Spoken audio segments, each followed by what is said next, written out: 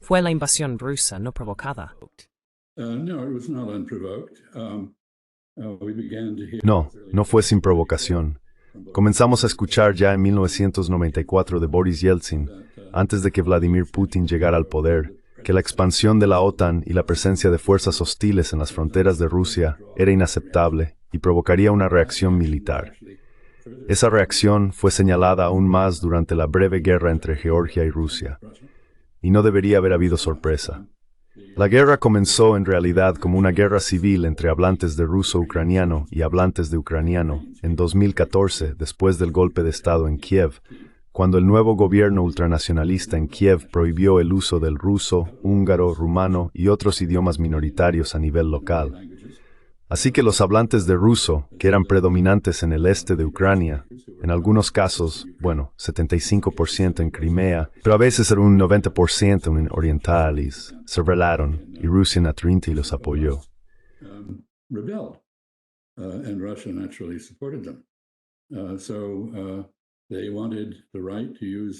Entonces querían el derecho de usar el ruso para educar a sus hijos y comunicarse con las administraciones locales.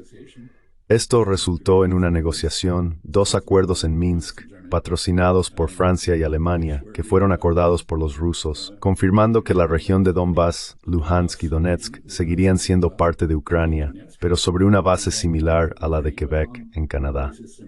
Es decir, se les permitiría tener su propio idioma como idioma oficial y educar a los niños en ese idioma. Ese acuerdo fue inicialmente respaldado con entusiasmo por Zelensky, cuando se postuló para presidente, y luego cuando asumió el cargo, fue repudiado, momento en el cual Zelensky, Angela Merkel de Alemania y François Hollande de Francia dijeron, bueno, realmente no nos referíamos a ese acuerdo.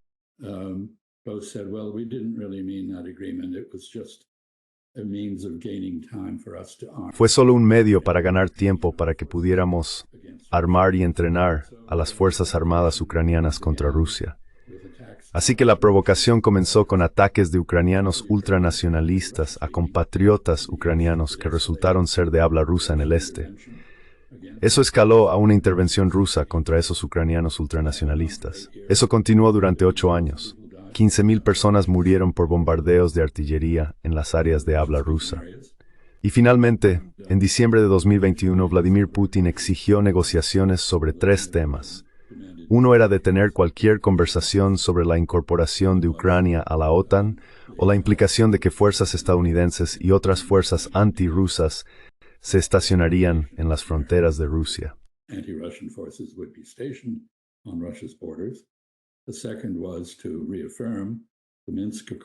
El segundo fue reafirmar los acuerdos de Minsk y la autonomía de los hablantes de ruso en el este y por implicación también de los húngaros y rumanos. Hay otras minorías en Ucrania.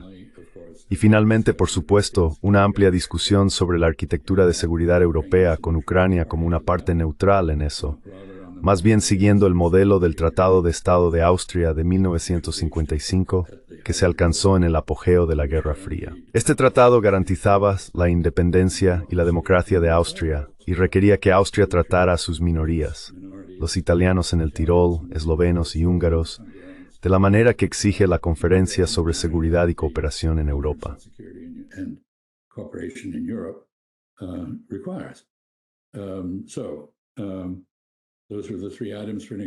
Entonces, esos eran los 3 puntos para la negociación. Siguen siendo los 3 puntos para la negociación. Hay una diferencia importante, que es que Rusia, ahora habiendo tenido que ir a la guerra contra Ucrania y ocupando todo o parte de los 4 oblasts de habla rusa en el este, ahora exige quedarse con ellos porque no confía en las garantías de Ucrania de que de hecho algo como los acuerdos de Minsk sea ahora posible de implementar. Así que terminaré aquí. Y creo que esa es una historia muy breve del asunto. Hay muchos giros y vueltas en esto, por supuesto.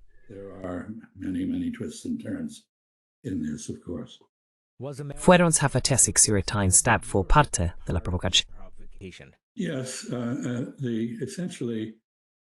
Sí, esencialmente Putin y su gobierno exigieron una negociación. Tanto Estados Unidos como Jens Stoltenberg, el secretario general de la OTAN, respondieron con una negativa rotunda a discutir cualquiera de estos temas. El único asunto que estábamos dispuestos a discutir era la limitación del estacionamiento de misiles y otros armamentos en Ucrania.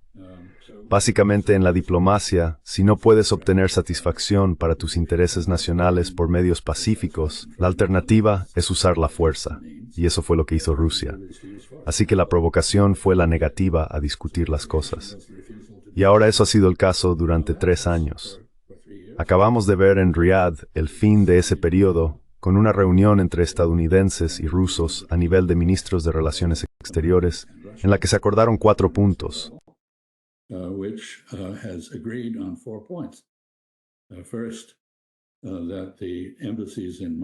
Primero, la embajada estadounidense en Moscú y la embajada rusa en Washington serán restauradas a plena funcionalidad mediante un proceso de expulsiones recíprocas. Básicamente habían sido desmanteladas y se habían vuelto muy ineficaces. Así que las embajadas serán restauradas para permitir una relación diplomática normal. Segundo, habrá un diálogo continuo a nivel de ministros de Relaciones Exteriores, acompañado por el nombramiento de equipos de negociación por ambas partes, para tratar de definir los parámetros de paz para Ucrania, normalizar las relaciones entre SNUS y Rusia, y algún tipo de enfoque hacia una paz más amplia en Europa.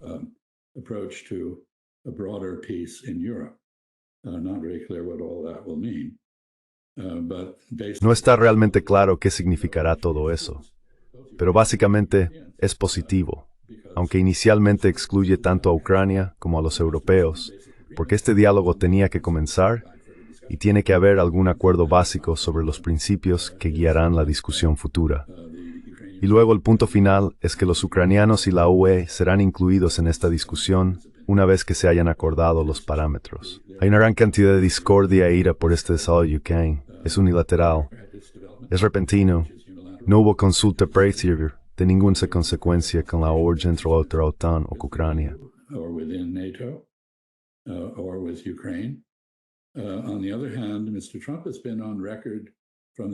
Por otro lado, el señor Trump ha declarado desde el principio que esto es lo que pretendía hacer. Ganó las elecciones. La pregunta es, del lado estadounidense, ¿por qué los ucranianos y los miembros europeos de la OTAN no iniciaron una consulta sobre lo que esto significaba? Y la respuesta parece ser porque no saben qué hacer. Acabamos de ver una reunión reducida de un pequeño grupo de estados de la UE en París, con Gran Bretaña uniéndose a la reunión, a pesar de que ya no es miembro de la Unión Europea. Hice 3 horas y media, y como las montañas produjeron un ratón ridículo, si acaso. Lo siento, ¿qué dijiste que produjeron?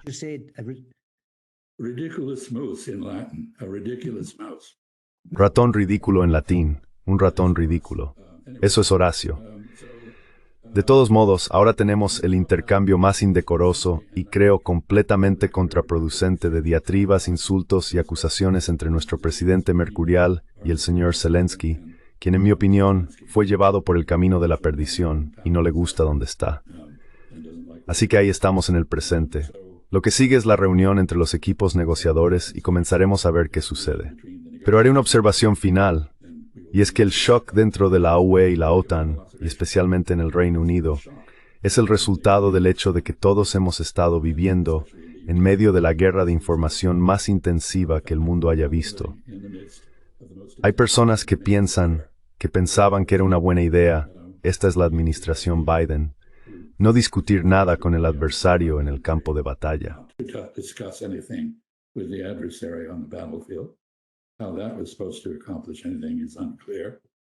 ¿Cómo se suponía que eso iba a lograr algo? No está claro. Pero no hubo diplomacia en absoluto. Solo hubo combates. Los combates se intensificaron constantemente en medio de afirmaciones de que Ucrania estaba ganando, lo cual era palpablemente falso. En medio de afirmaciones de que las bajas rusas superaban con creces a las de Ucrania, lo cual también es falso, y en medio de repetidas afirmaciones de que la introducción de alguna nueva arma resolvería todo en el campo de batalla a favor de Ucrania. Ninguna de esas cosas es cierta. Y así, las personas que creen esas cosas, que son la mayoría tanto en Europa como en América, pero no la mayoría en el resto del mundo, donde había gran escepticismo, ahora enfrentan la realidad. La realidad está completamente en desacuerdo con lo que les han dicho durante los últimos 3 años. Así que naturalmente esto es un shock.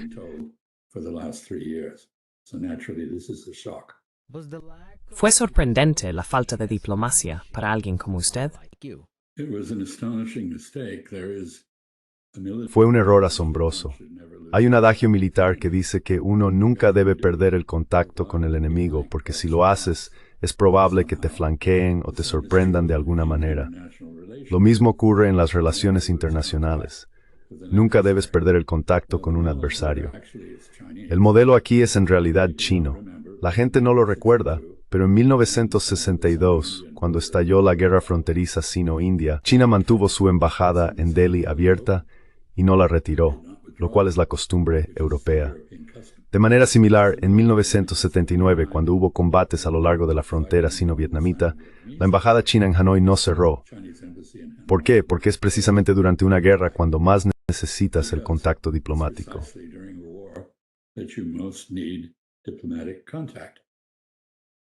Lincoln, Emil Kager, durante 4 años.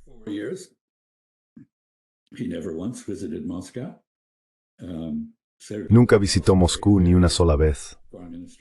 Sergei Lavrov, un ministro de Asuntos Exteriores de Rusia, muy capaz de ser encantador y, si es necesario, desagradable, 2 caras de la misma moneda quizás, nunca visitó Washington durante 5 años. Blinken y Lavrov se encontraron, o debería decir que rebotaron el uno contra el otro en varias reuniones internacionales, pero nunca hablaron por más de 10 minutos y nunca intercambiaron más que cortesías sobre, ya sabes, una docena de cosas que habían visto y hecho. El tipo de cosas que haces en la mesa con parientes que no te gustan. Así que esto es una tremenda omisión. Y como diplomático estadounidense me resulta realmente asombroso.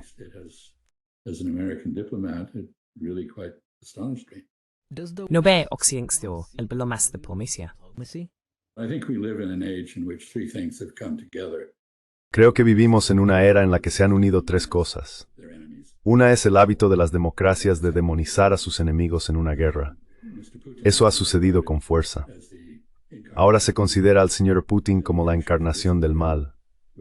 En realidad, si lo escuchas, lo cual es muy difícil de hacer porque los canales de medios están bloqueados y censurados en interés de la guerra de información, a menudo tiene mucho sentido. Claramente, es un razonador estratégico y tiene un buen conocimiento de la historia desde la perspectiva rusa, con la que quizás no estés de acuerdo, pero al menos tiene una perspectiva informada. La segunda cosa que ha sucedido es que nuestra comunicación en la esfera política ahora está en línea y controlada por oligopolios mediáticos, que han sido esencialmente alentados por los gobiernos para censurar las comunicaciones de quienes los utilizan.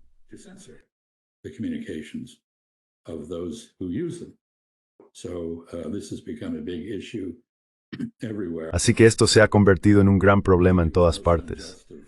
Creo que fue muy injusto por parte de J.D. Vance acusar a los europeos de hacer esto, cuando de hecho lo estamos haciendo en los Estados Unidos, a pesar de la primera enmienda de nuestra Constitución. Así que esa es la segunda cosa. Eso es la demonización. La tercera es la llegada de la corrección política. Así que si no te adhieres a la mentalidad del rebaño, si expresas una opinión disidente, o si intentas introducir hechos que no concuerdan con la narrativa, eres vilipendiado, como parece haberle sucedido al profesor Robertson. Así que creo que estas 3 cosas son mentalmente paralizantes, y sabemos por los psicólogos que si repites una falsedad el tiempo suficiente, se convierte en un axioma que no puede ser cuestionado. Y eso es exactamente lo que nos ha pasado en la descripción de esta guerra.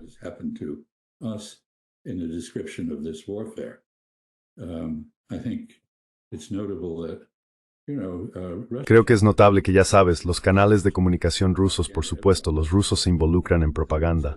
Todos lo hacen.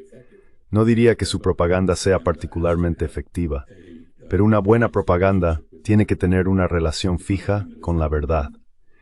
Y lo último que ha sucedido, dado todos estos problemas que he mencionado, es que vivimos en un mundo en el que todo es plausible y nada es verdad.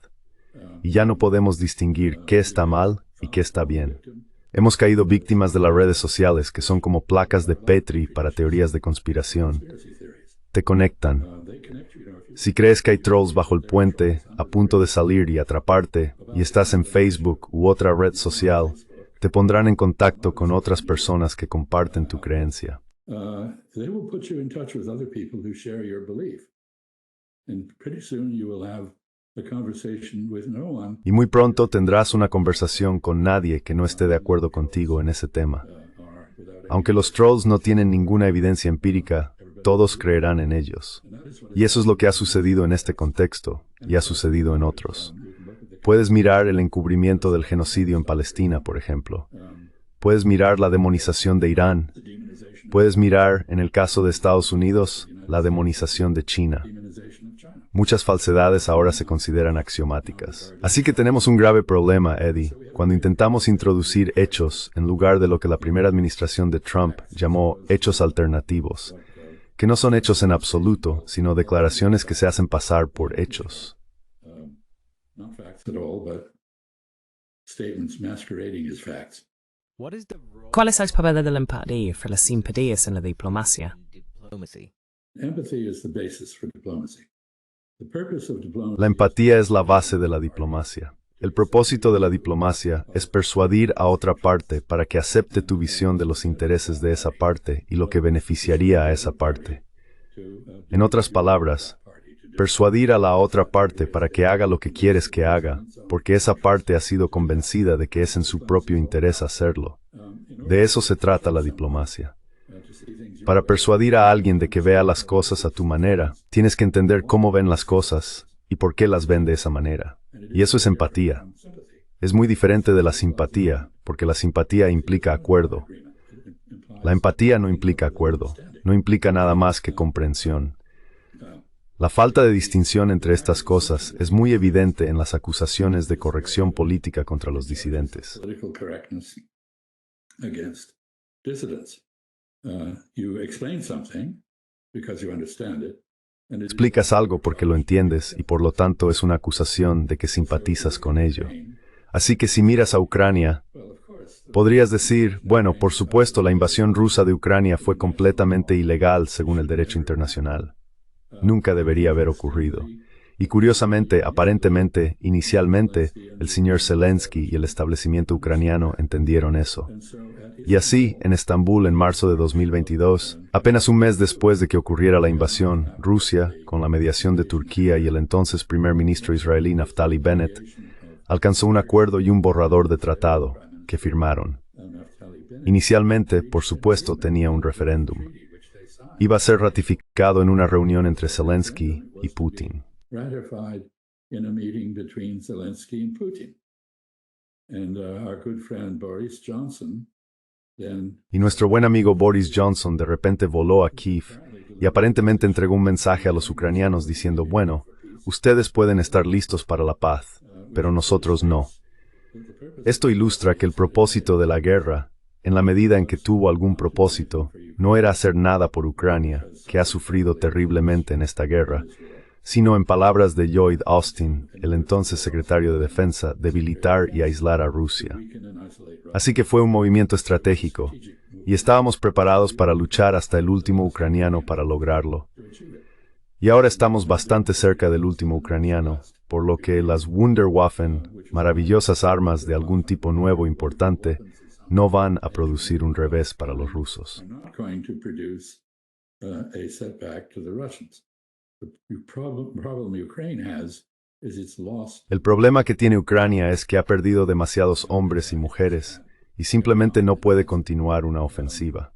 Por eso la incursión en Kursk, en Rusia, es un desastre, porque Ucrania envió a sus mejores tropas sobrevivientes allí, presumiblemente para prepararse para un intercambio de territorios en una negociación, y están siendo devastadas. Su perímetro de defensa se está contrayendo constantemente, incluso sin los norcoreanos.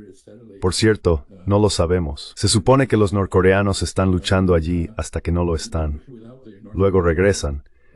Pero lo interesante es que muy convenientemente se suicidan en lugar de ser capturados.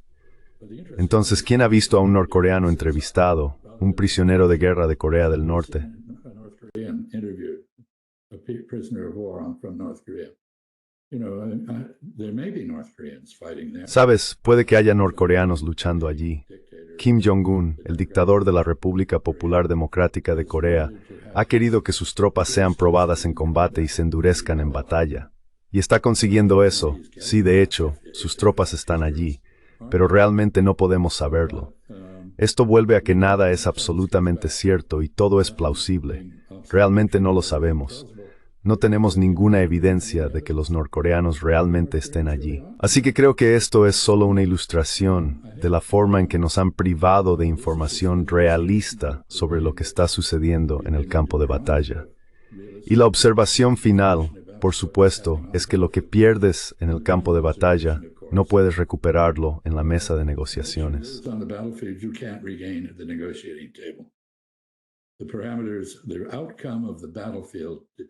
Los parámetros, el resultado del campo de batalla, determinan lo que es posible en términos de reconciliación posguerra. Creo que entiendes esto muy bien en Irlanda. Así que esa es una realidad. Cuando escucho a la gente quejarse de que estamos cediendo todo a Putin, el hecho es que Putin ha tomado mucho y no podemos quitárselo. Así que necesitamos ser realistas sobre esto. Si miras la geografía, no hay nada entre Moscú y los Pirineos excepto llanuras planas, que son fácilmente cruzadas por ejércitos, y de hecho lo fueron por Napoleón y por Hitler. No hay nada al este de Moscú, hasta la península de Kamchatka, excepto tundra congelada, que también es fácilmente atravesada por ejércitos, como demostraron los mongoles en su conquista de Rusia.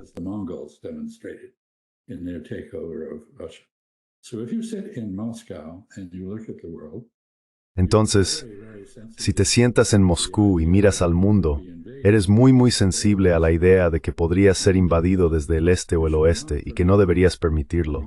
Necesitas un cordón sanitario, una especie de cinturón de neutralidad entre tú y los enemigos potenciales. Ucrania debería ser un lugar neutral así.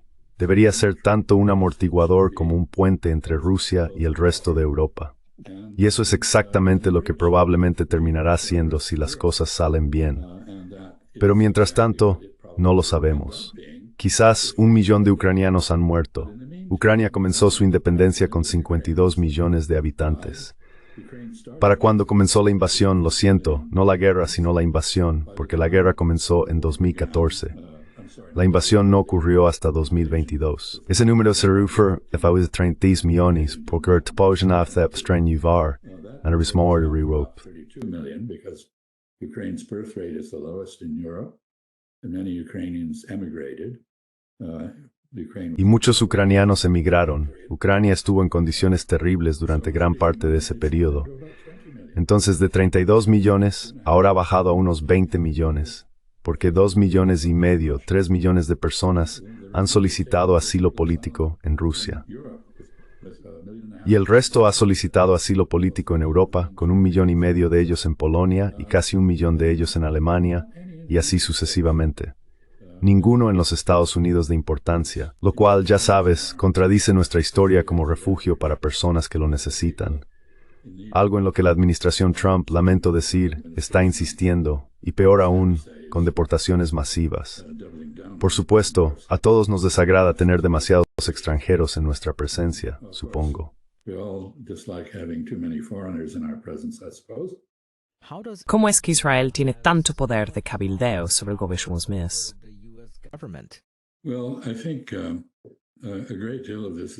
Bueno, creo que gran parte de esto se explica, por supuesto, por los horrores del Holocausto, que fue un fenómeno en Europa, no en América.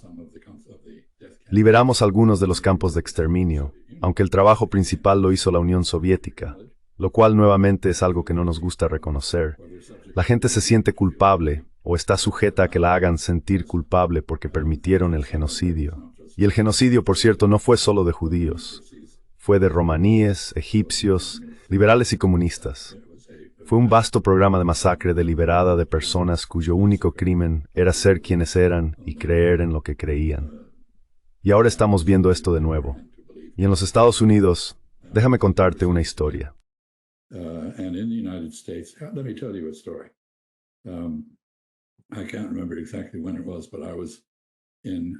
No puedo recordar exactamente cuándo fue, pero estaba en Abu Dhabi, en los Emiratos Árabes Unidos. O quizás fue en Dubái, no lo recuerdo. Pero encendí la televisión en mi habitación de hotel para ver las noticias de la noche en árabe. Y uno de los temas que se presentó fue una película casera de alguien en Gaza, que en ese momento todavía estaba asentada por los israelíes.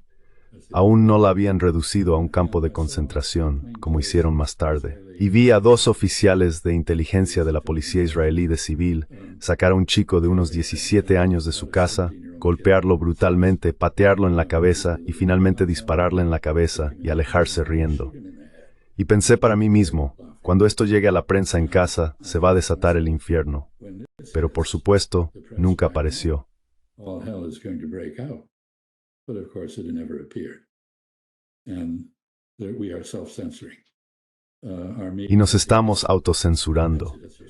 Nuestro medio de comunicación es, como acaba de demostrar en el caso de Ucrania, completamente capaz de impedir cualquier opinión que no sea la más conveniente para el gobierno o los grupos de interés.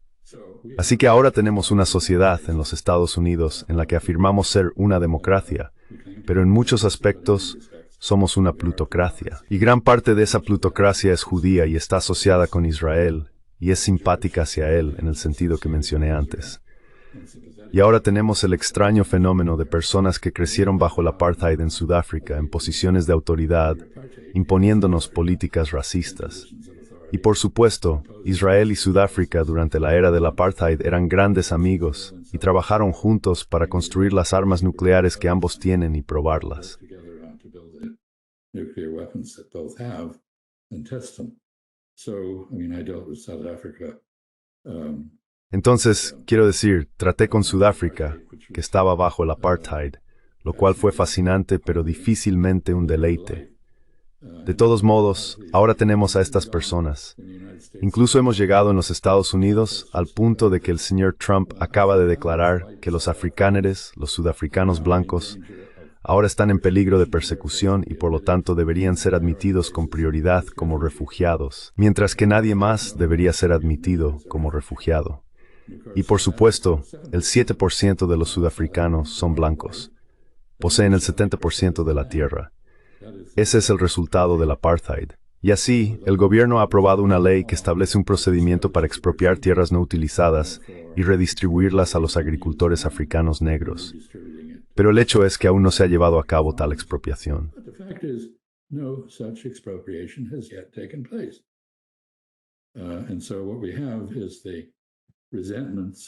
Entonces, lo que tenemos son los resentimientos de Elon Musk, Peter Thiel y David Sachs, creo, que son todos sudafricanos expatriados, que pasaron por el trauma del desmantelamiento del apartheid, en el cual, por cierto, la Agencia de los Estados Unidos para el Desarrollo Internacional estuvo muy involucrada.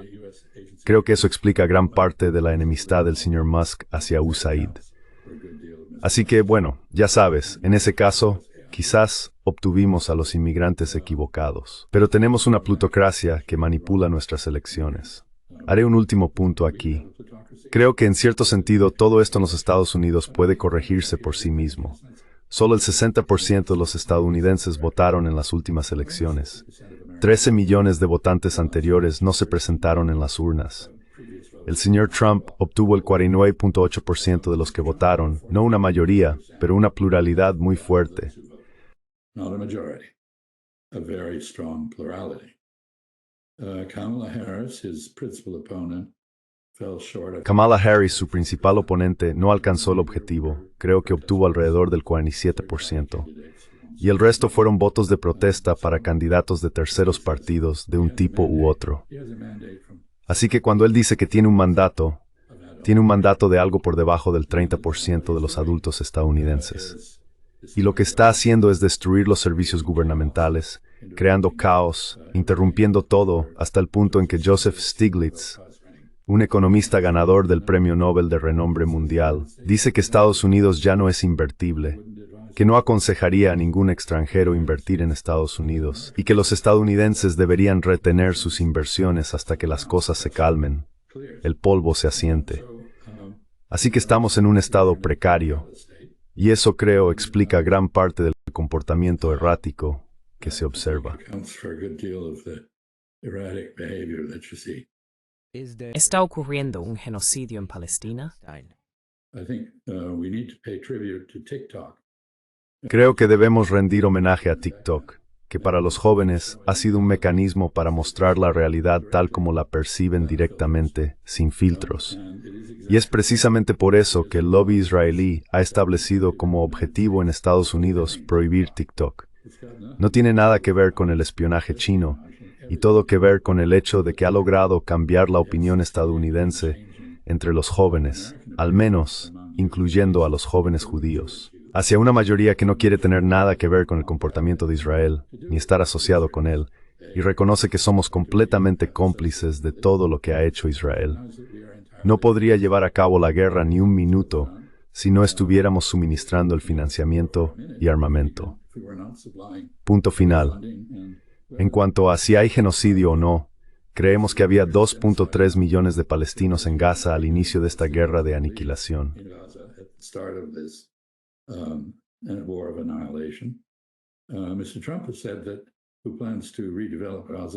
El señor Trump ha dicho que planea remodelar Gaza y convertirla en un resort con una torre Trump y un hotel internacional Trump, donde los palestinos no podrán solicitar alojamiento. Dice que ahora hay 1.7 millones de palestinos que deben ser removidos, limpiados étnicamente. El otro día, otro estimado que vi de Israel era que había 1.9 millones de palestinos. Pero ¿a dónde fueron los 400,000 o 600,000? Y así que no creo que haya ninguna duda. Sé que la Corte Internacional de Justicia y la Corte Penal Internacional han examinado meticulosamente la evidencia y han concluido que sí la hay. También lo ha hecho Human Rights Watch, también lo ha hecho Amnistía Internacional, también lo ha hecho B'Tselem, la organización israelí de derechos humanos. Así que no creo que haya ninguna duda aquí, a menos que seas un verdadero creyente en el sionismo, como muchos lo son. Entonces, ¿hacia dónde nos dirigimos? ¿Hacia dónde nos dirigimos? En primer lugar, nos dirigimos hacia la agitación, obviamente. Permítame desglosarlo un poco.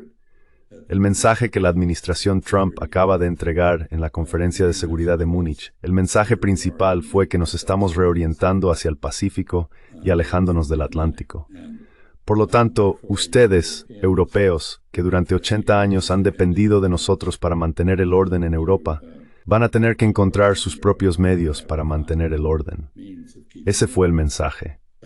Noto que Antonio Costa, quien es el presidente del Consejo Europeo, ha dicho que Europa debe ahora negociar una nueva arquitectura de seguridad con Rusia.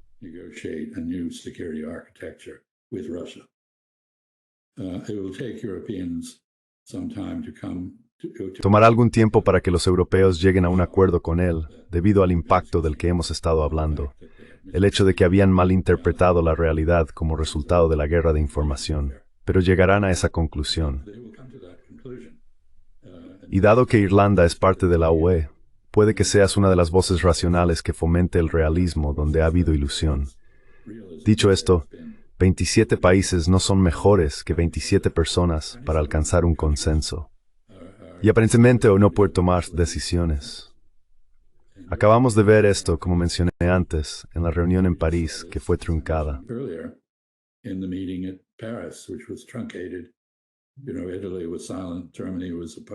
Sabes, Italia estaba en silencio. Alemania se opuso a enviar tropas a Ucrania.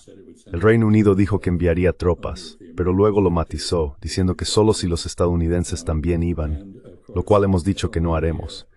Y por supuesto, toda la idea de las fuerzas de la OTAN en Ucrania es exactamente lo que provocó a los rusos a la guerra en primer lugar. Así que no sé qué pasará en Europa. No soy europeo. Perdí esa calificación hace 400 años cuando mis antepasados se mudaron aquí. Y eso es una cosa, no me queda claro. Hay otros elementos, por supuesto, en juego.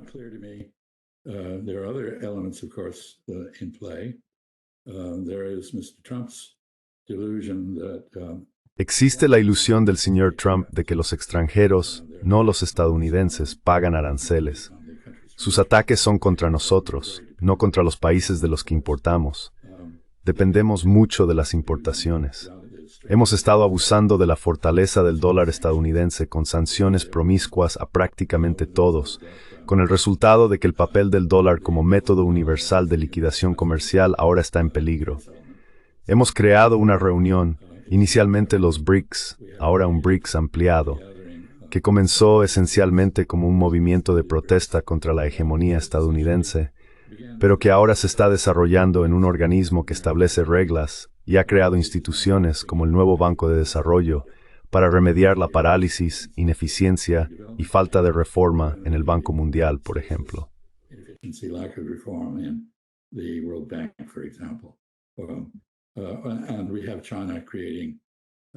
Y tenemos a China creando instituciones como el Banco Asiático de Inversión en Infraestructura, que Estados Unidos casi solo está boicoteando. Curiosamente, el AIB sigue exactamente las mismas reglas que el Banco Mundial, con una diferencia. Para solicitar financiamiento de proyectos en el AIB, no tienes que ser miembro, mientras que debes ser miembro del Banco Mundial para obtener el beneficio de su financiamiento. Así que el mundo está cambiando cuando se crean nuevas instituciones. Hay un llamado a nuevas instituciones, nuevos arreglos de seguridad. Supongo que ya sabes, uno podría seguir y seguir. No quiero hacer eso.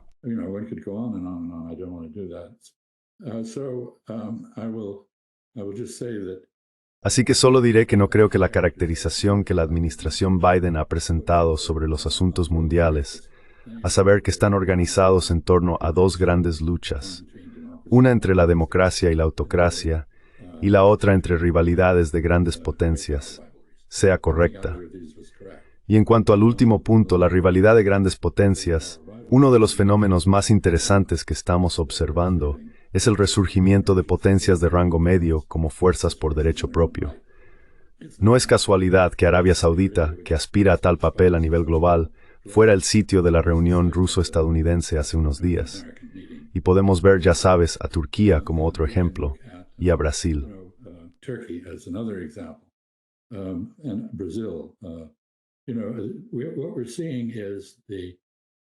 Sabes, lo que estamos viendo es la aparición de lo que yo llamo un orden mundial multinodal, no multipolar. Un polo es una línea entre dos puntos. Sabes, los extremos de la línea se llaman polos. Pero lo que estamos experimentando es la aparición de nodos que son tridimensionales, no bidimensionales. Pueden evolucionar, pueden girar, pueden acomodar conexiones gruesas y conexiones delgadas y operar en 3 dimensiones. Por eso vemos países, algunos europeos, que todavía pretenden ser potencias mundiales. Los franceses, por ejemplo, no son potencias mundiales. Ni siquiera son capaces de mantener su imperio unido en África en estos días. Pero son una fuerza como una potencia de rango medio.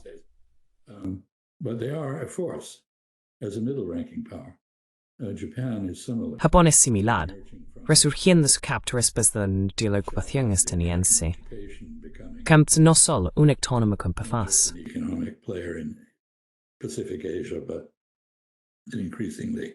Asia-Pacífico, pero un jugador político y militar cada vez más activo. Así que el mundo que conocíamos, el orden bipolar al que te referías en la Guerra Fría, ya no existe.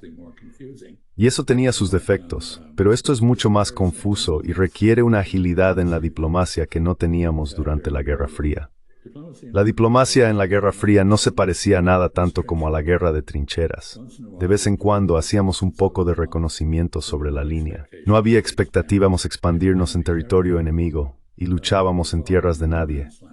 En el tercer mundo teníamos guerras por poderes. Éramos muy cuidadosos de no tener una guerra directa. Ahora enfrentamos el peligro de una guerra directa, una guerra nuclear. Y puedes ver esto en el reconocimiento de China de que ya no puede permitirse tener una fuerza de ataque minimalista que tomaría un bocado de algún otro país que la atacara con armas nucleares.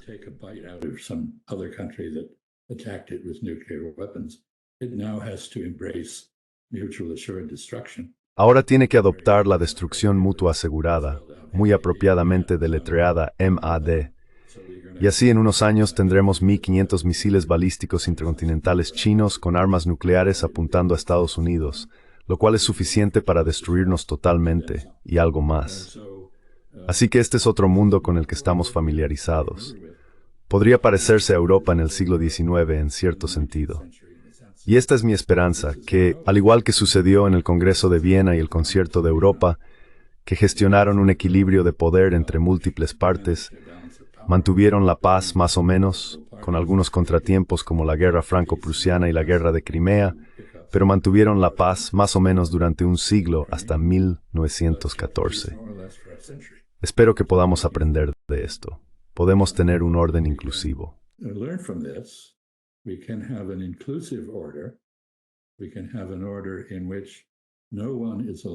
Podemos tener un orden en el que a nadie se le permita ejercer hegemonía total. Y aquí supongo que terminaré esto. Veo que el señor English tiene una pregunta entonces. Terminaré esto simplemente señalando que cometimos un error terrible. El mundo cometió un error terrible. Irlanda estaba un poco preocupada en ese momento, lo entiendo. Pero después de la Primera Guerra Mundial, en lugar de incluir a todos con poder en Europa, en una reunión, decidimos excomulgar a Alemania y Rusia. Y el resultado fue la Segunda Guerra Mundial, y yo argumentaría que también la Guerra Fría. No podemos permitirnos hacer eso. Necesitamos emular lo que Metternich y otros hicieron en Viena en 1815, incluir al enemigo. Los franceses fueron reincorporados, a pesar de que habían sido culpables de una enorme disrupción del orden europeo y de muchas muertes.